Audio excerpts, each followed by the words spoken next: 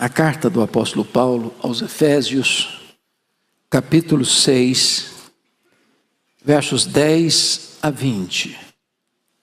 Carta de Paulo aos Efésios, capítulo 6, 10 a 20.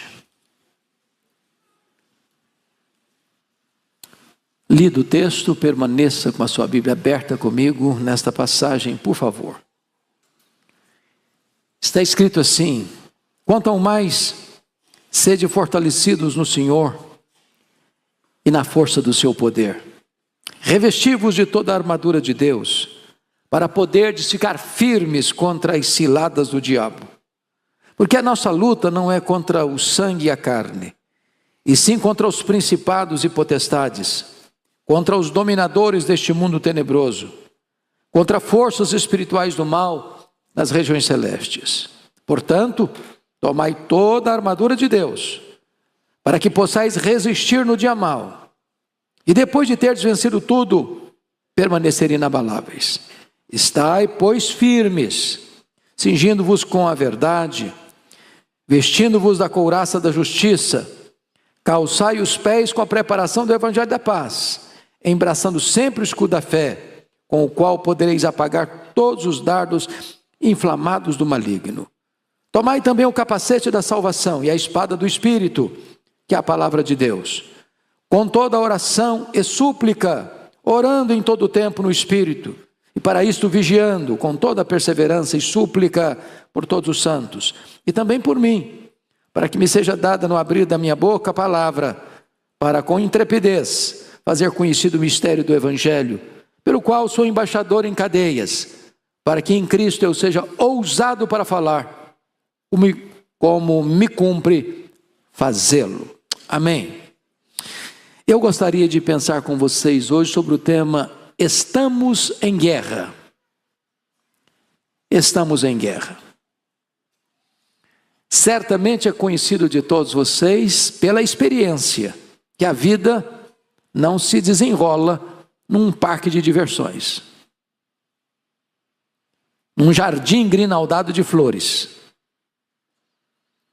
Nós não estamos numa estufa espiritual, não estamos blindados, estamos expostos a muitos perigos, a muitas ameaças, a muitos inimigos, externos e internos, visíveis e invisíveis.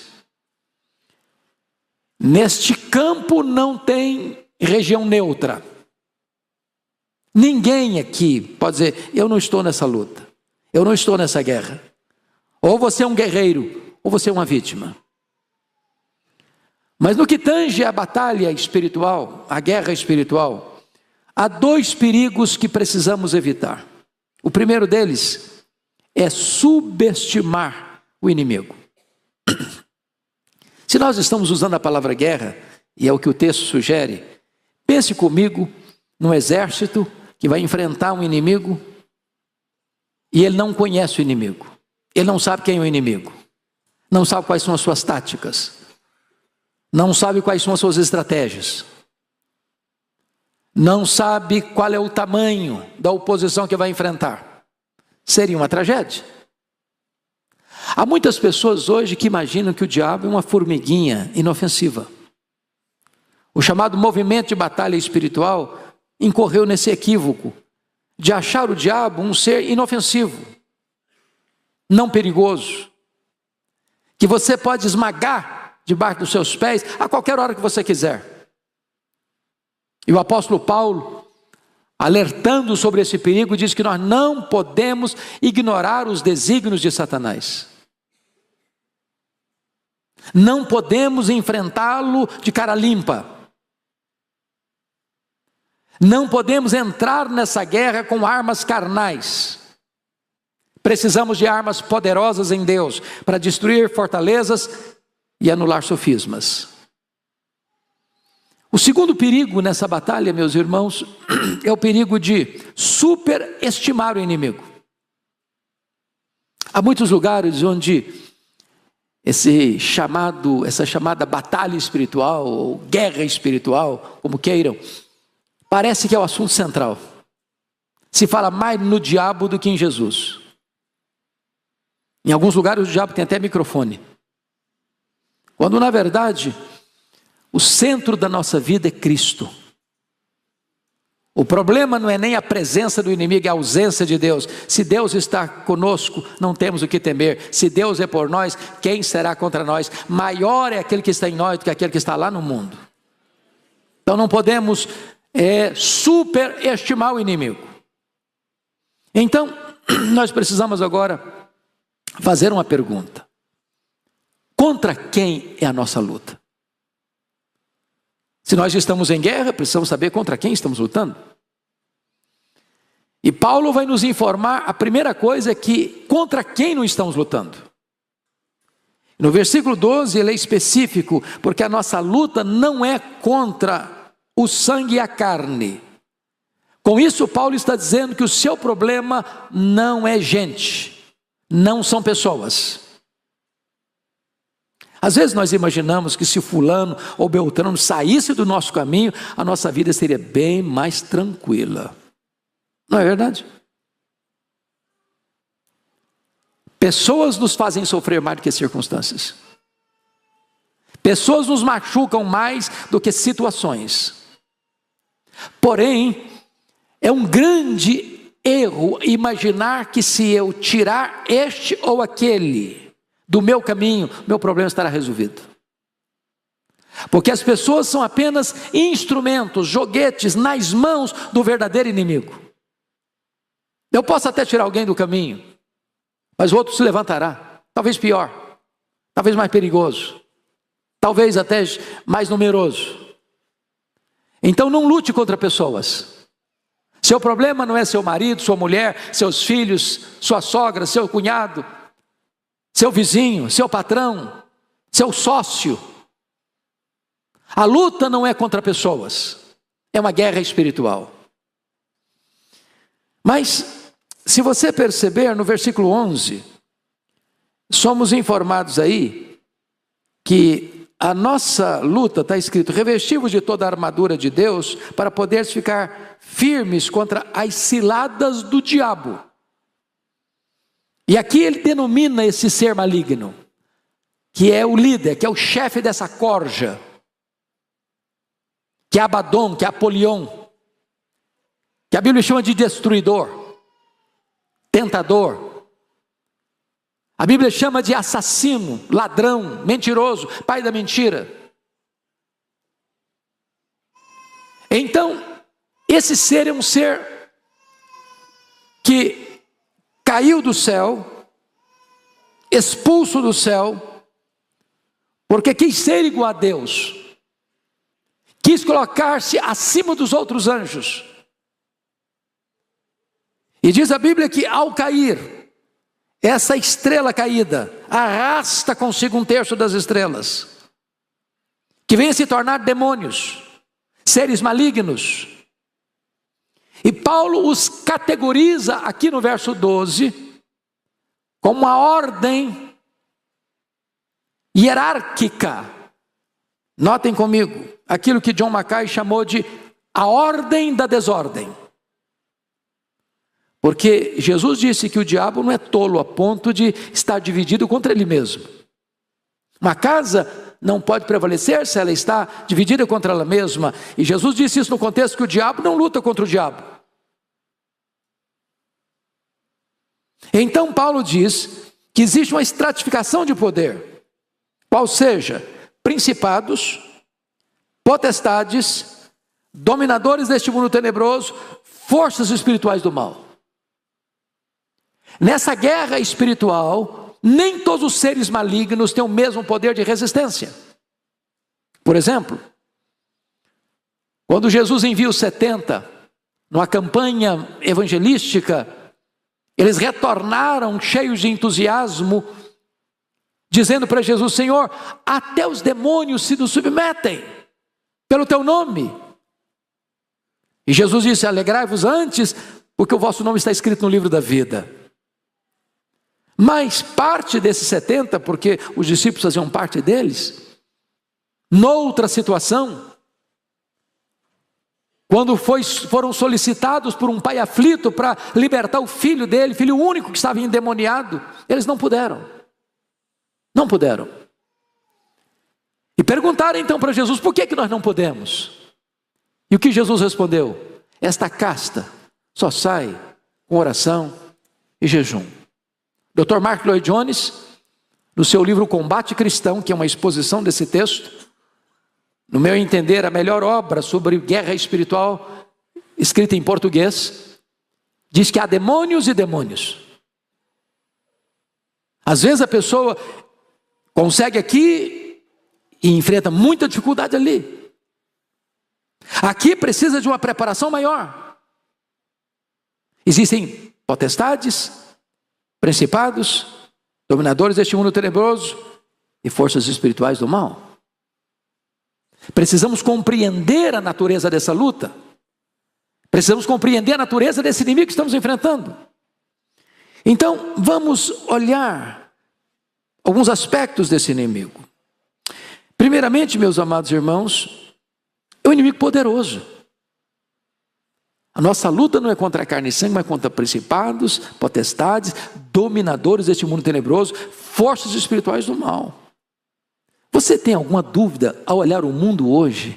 Está acontecendo no mundo hoje, em todos os setores da sociedade, desde os parlamentos, desde os palácios, desde as cortes, desde os tratados internacionais, desde o mundo das artes, do cinema, do teatro, da televisão, da literatura, que existe uma mente por trás, que existe uma fonte ultra-humana por trás,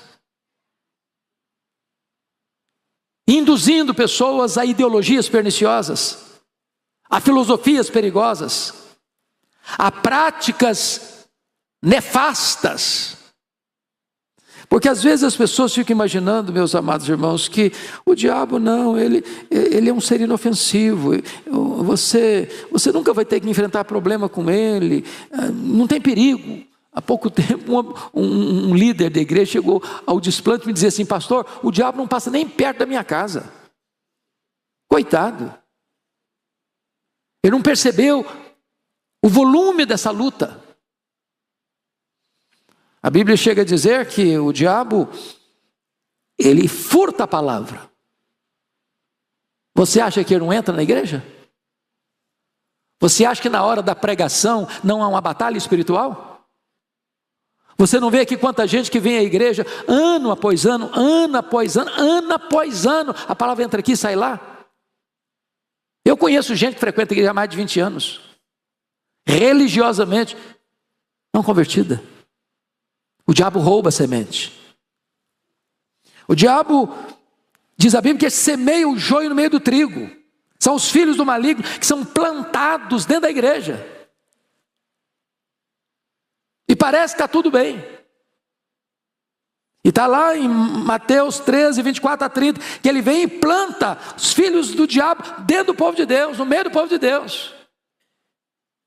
Se você olhar nas escrituras, o diabo se opõe ao pregador, está lá em Zacarias 3. Sumo sacerdote, Josué estava pregando, proclamando, oficiando, e Satanás estava do lado direito dele para se lhe opor. A Bíblia diz que Satanás intercepta orações, lá em Daniel capítulo 10. Que ele oprime com enfermidades pessoas, espírito de enfermidade. Que ele resiste à obra missionária, como Paulo diz lá em 1 Tessalonicenses 2,8.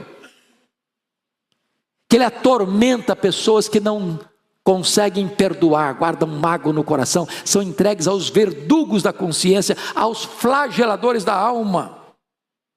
Que o diabo dissimula, até em anjo de luz, para enganar.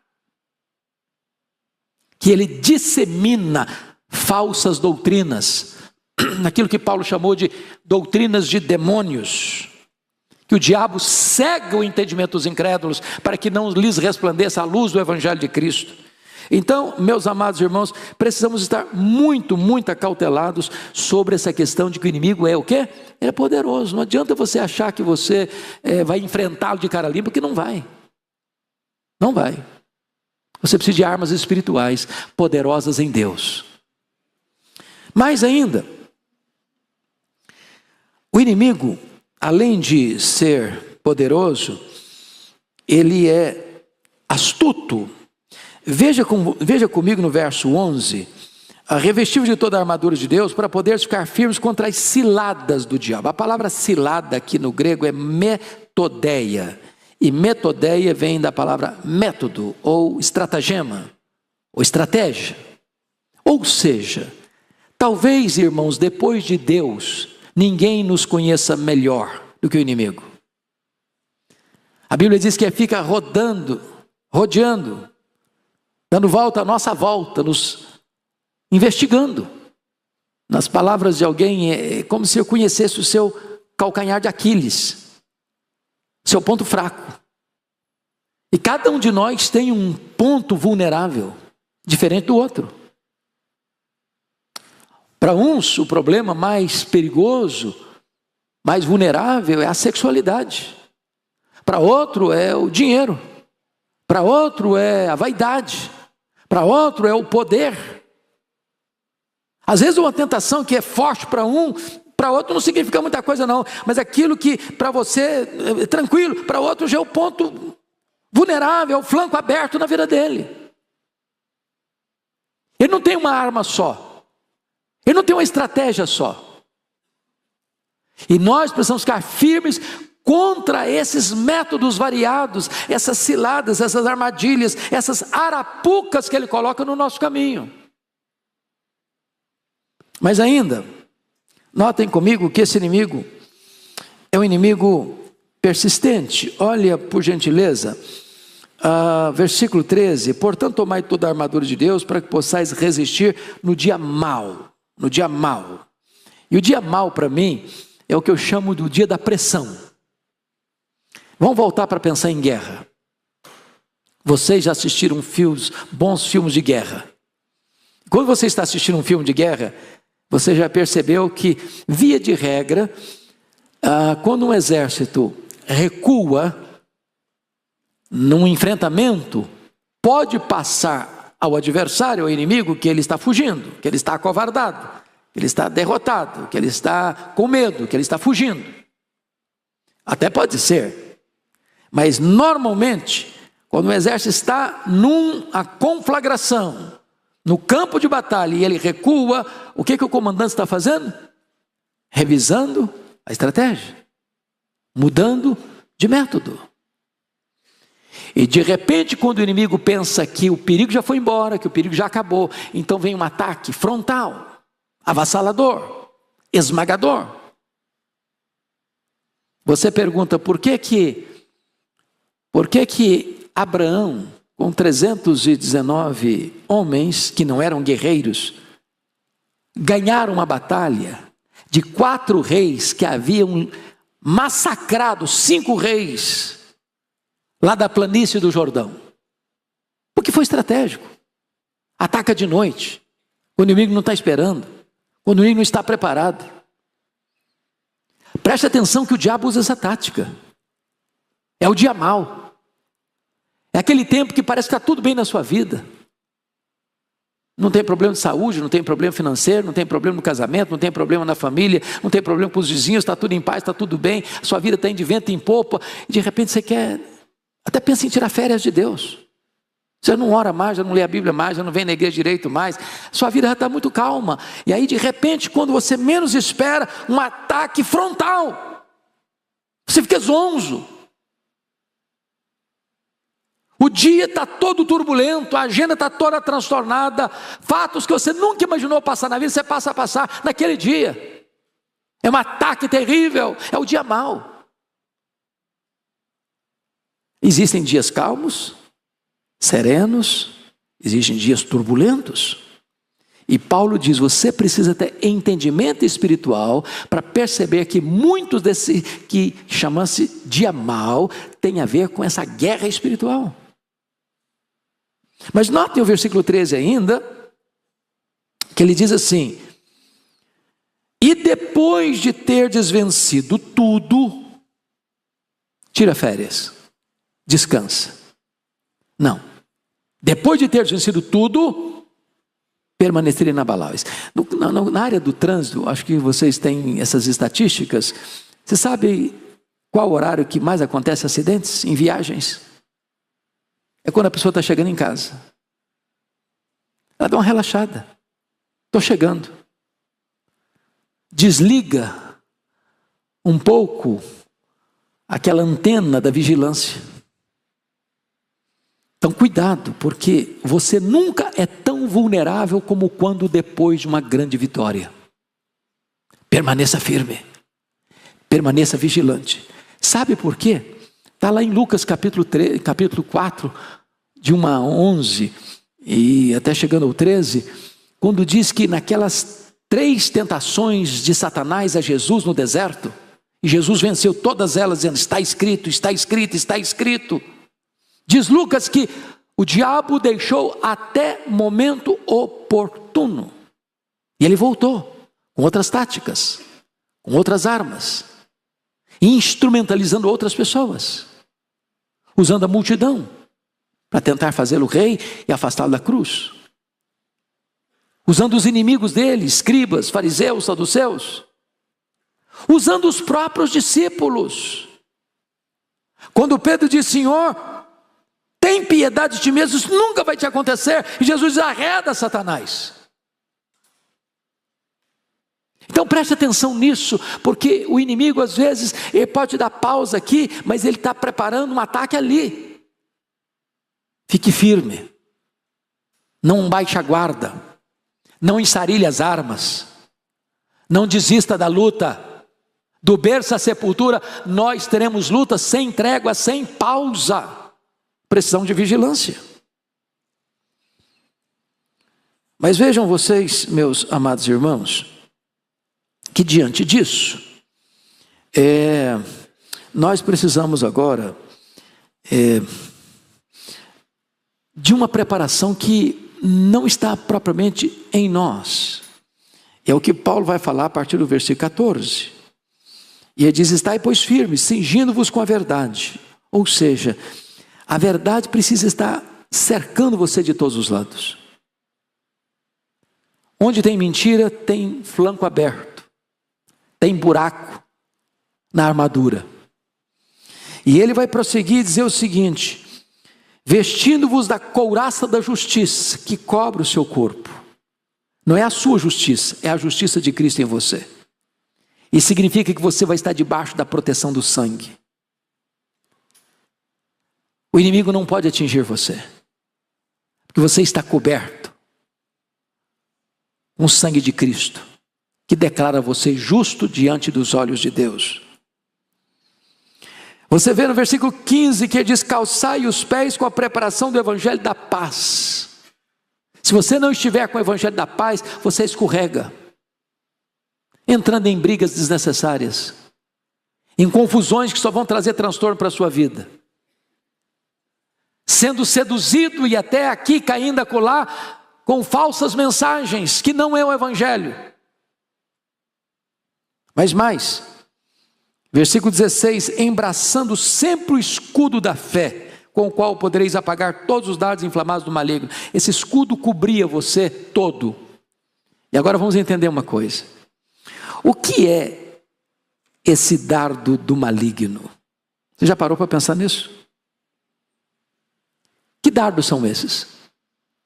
Dr. Mark Lloyd Jones, penso eu, interpretando corretamente o texto, diz o seguinte: já passou pela sua cabeça algum pensamento, você fica chocado com ele? Será que sou eu mesmo? Estou pensando nisso. Não é o que você crê? Não é o que você gosta? Não é o que você quer? Aquilo passa.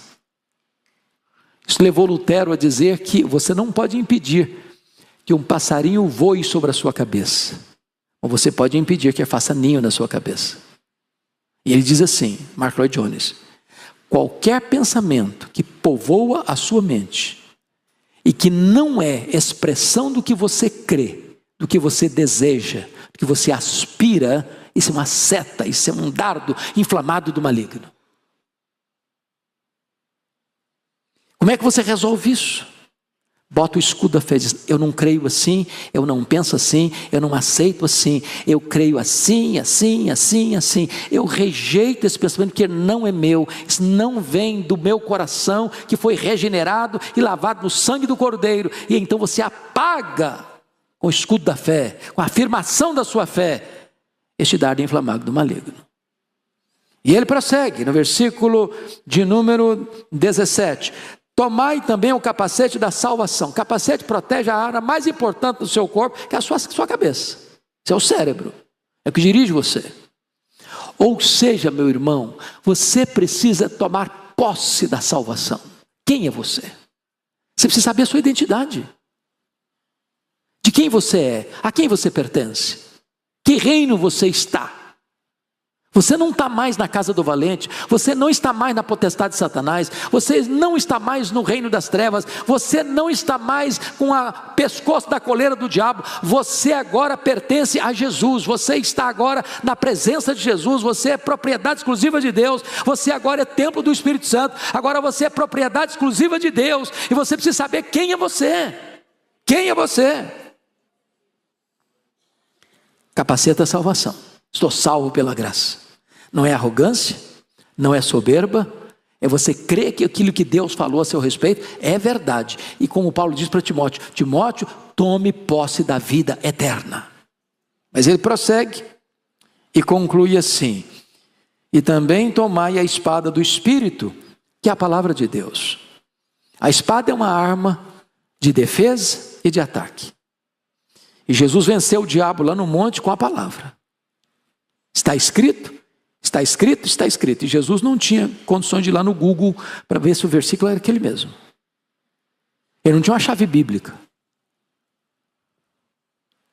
Irmãos amados, é uma coisa que me deixa muito preocupado hoje, é a quantidade de irmãos crentes que não memorizam nada da Bíblia. Nada da Bíblia.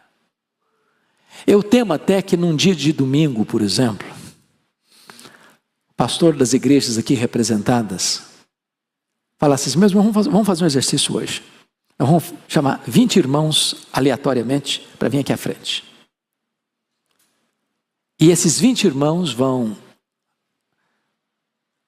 declamar aqui à frente 10 versículos que eles têm da Bíblia de cor. 10, só 10. Talvez esse pastor vai ter dificuldade. E nós estamos vivendo na época da informação. De tanta Bíblia. E temos várias Bíblias, e graças a Deus que temos. Mas não memorizamos. E a Bíblia na sua prateleira não vai resolver o seu problema. A Bíblia na sua mesa não vai resolver o seu problema. Você precisa ler. Você precisa internalizar. Eu acho que eu já disse para vocês aqui, de uma experiência que tive na penúltima viagem, que fazemos todos os anos com caravana. Fomos ao norte da Itália. E ali fomos visitar uma igreja valdense. Não sei se vocês têm essa ciência, que os valdenses foram uma igreja protestante 400 anos antes da Reforma. Protestante. E Pedro Valdo era um comerciante rico lá em Lyon, na França. Ele converteu-se a Cristo. Pegou toda a riqueza dele e empregou na tradução da Bíblia e em fazer cópias da Bíblia. Isso em 1173.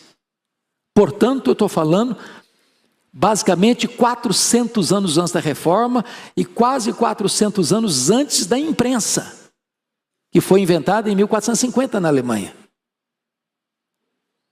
Uma cópia da Bíblia custava 1 ano de trabalho. Era muito caro. Eles treinaram jovens para ir de casa em casa, clandestinamente, porque estavam sendo terrivelmente perseguidos para ensinar a Bíblia. sabendo que as cópias das Bíblias que tinham, que eram caríssimas e raríssimas, haveriam de ser procuradas e queimadas pela igreja oficial da época, eles resolveram fazer outra coisa. Nós vamos agora memorizar a Bíblia. E chegou uma época em que todas as cópias de Bíblias que eles tinham foram queimadas. E eles tinham tudo de memória e reproduziram todo o conteúdo outra vez.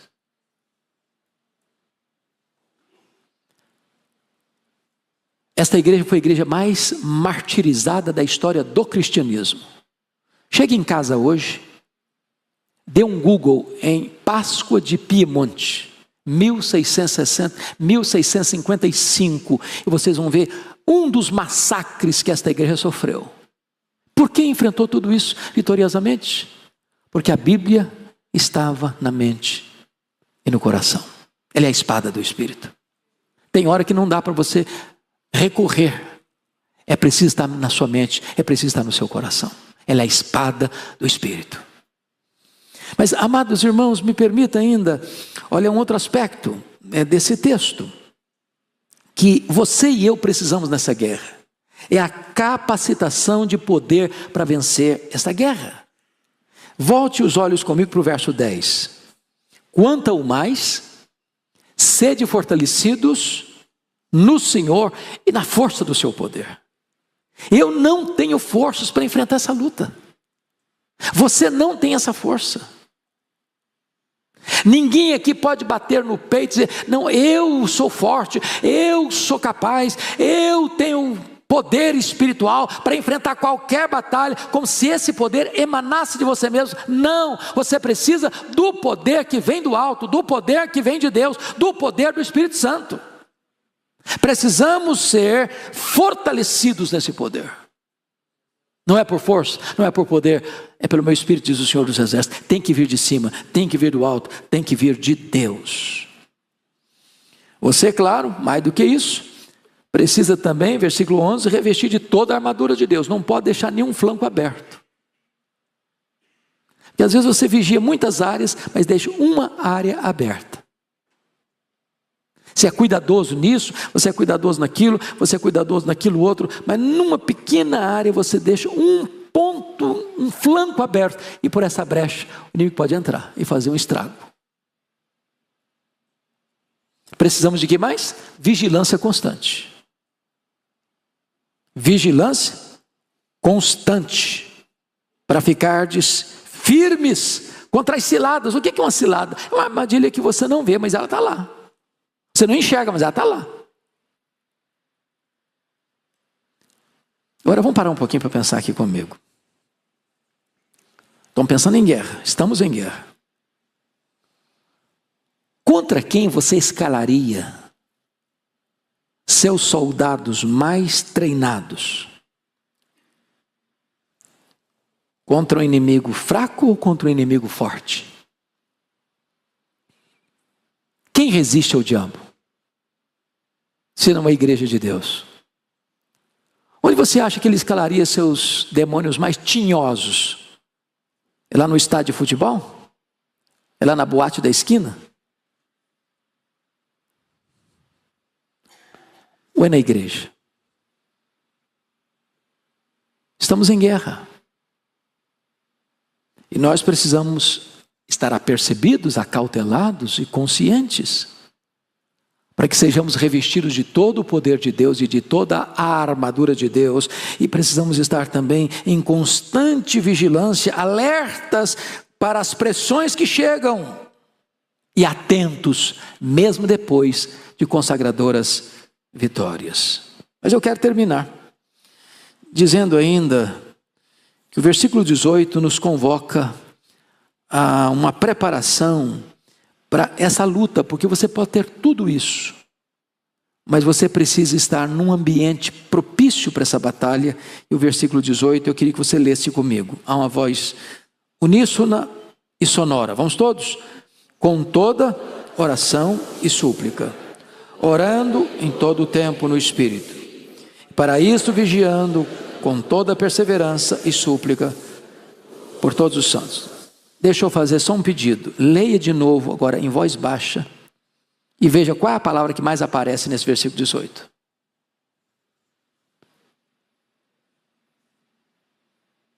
Descobriram? Qual é a palavra? Todo. Toda. Toda oração, todo o tempo, toda perseverança, todos os santos. Aqui você encontra o tempo da oração. Todo o tempo. Quando que a igreja deve orar? Todo o tempo. Você vai encontrar aqui a natureza da oração. É oração e súplica. Traz a ideia de você adorar a Deus por quem Deus é e pedir a Ele porque Ele é seu Pai. Aqui você vai encontrar a esfera da oração, no Espírito. Aqui você vai encontrar a vigilância da oração, e isto vigiando. Aqui você vai encontrar a perseverança da oração, com toda a perseverança. Aqui você vai encontrar o alcance da oração, por todos os santos. É nesse ambiente que a igreja precisa estar atenta para essa guerra espiritual. Agora eu quero concluir, porque eu acho isso extraordinário, que Paulo era um homem de oração. Paulo era um pregador poderoso. Mas Paulo entende uma coisa muito importante. Paulo entendia que ele não apenas orava pela igreja, mas ele pedia a oração da igreja em seu favor. E ele diz, e também por mim. E para que ele está pedindo oração? Ele tinha problemas pessoais. Por exemplo, ele tinha um espinho na carne. Era uma doença física. Sentia dores. Ele tinha muitos inimigos. Ele estava preso. Ele estava algemado. Ele tinha, além de tudo, de pressões externas, de temores internos, preocupação com todas as igrejas. Mas qual o pedido de oração que ele faz aqui para a igreja? E também por mim, para que me seja dada, no abrir da minha boca, a palavra oportuna, a palavra certa, na dosagem certa, para as pessoas certas, para um propósito certo, para resultados certos. Para com intrepidez. Paulo está precisando de coragem. E precisa de pregar essa palavra com intrepidez. E fazer conhecido o mistério do Evangelho, pelo qual sou embaixador em cadeia, ele está preso, para que em Cristo eu seja usado para falar, como me cumpre fazê-lo. O cara está algemado e ele quer poder, ele quer intrepidez para pregar. E o resultado está lá em Filipenses, capítulo 1. Ele diz que essas algemas, ele era embaixador em cadeias, essas algemas tornaram-se conhecidas de toda a guarda pretoriana. E a guarda pretoriana eram 16 mil soldados da mais alta patente do Império Romano. E Paulo tem intrepidez para pregar. Resultado?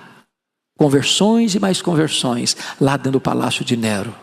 Ele escreve em Filipenses 4, 22, os santos vos saúdam, especialmente os da casa de César. Então vou fazer um pedido para vocês, irmãos. Não deixem de orar pelos pastores. Não deixem de orar. Você pode fazer um teste. Peça a igreja para orar verdadeiramente para o culto. Vamos imaginar que nós estamos no culto domingo de manhã. Você chega domingo à noite e fala, meus irmãos, eu preciso que vocês levantem um clamor hoje à tarde pelo culto. O culto vai ser diferente. O sermão vai ser diferente. A pregação vai ser diferente. Porque não é eloquência humana. Não é lucidez da eloquência humana. É o poder do Espírito Santo. A igreja precisa estar tomada, envolta nesse ambiente bendito da oração. Que Deus os abençoe.